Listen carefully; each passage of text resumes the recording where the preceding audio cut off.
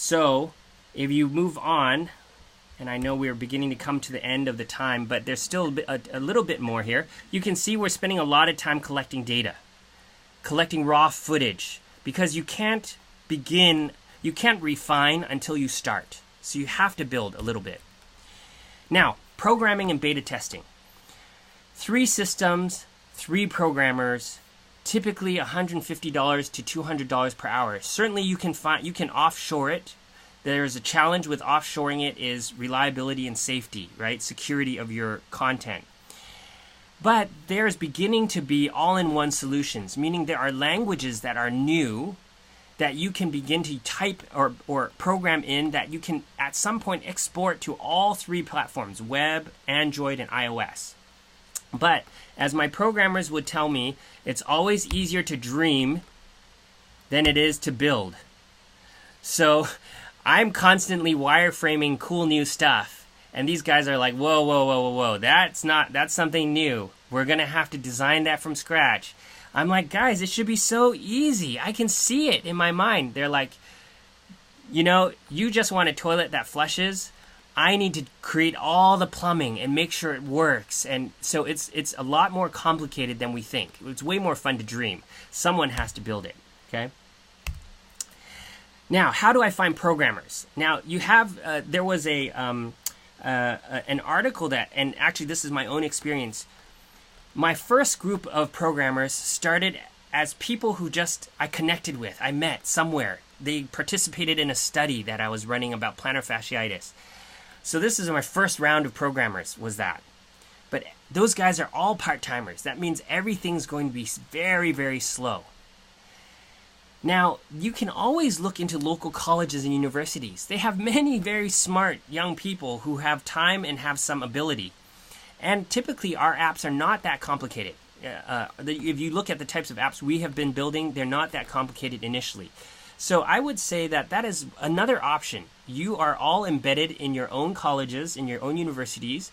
You have computer science. Now, remember, everybody's thinking the same way. So honestly, accessing students or programmer level people at the university is not as easy as you would think, but I don't think you should avoid checking it out. I think that would be useful. And there are freelance outlets. This is quite common now. Upwork.com is a place that you can check out where you can find people that you can pay on the side, that you can pay someone on the side to be able to help you do programming. But again, of course, the cheapest way is to hire your own, right? You have guys working for you 40 hours, 80 hours a week. And so I have a team at this point that works for me to help me put these dreams into place. And so we basically use economies of scale, right? Not everything's custom. I think it's Dr. Moreland, or is there a gate deviation game where the student watches the video and tries to identify the deviations? Yes, you'll see in the Gate app that we've created case studies. This is my first attempt at creating this type of interactive conversation related to cases. But again, we're building the gaming engine that will allow us to do that. So it's coming. So remember that unlike a textbook that you release, there's an expectation that the apps will have updates. And the things that you feel are so easy, we just get updates, right? All the time on your phone. That's cash and time constantly flowing out of your pocket. All right? So it's something to consider. When you are ready to go big, the work is endless. You have to believe in it all the way through. And you have to be willing to support it.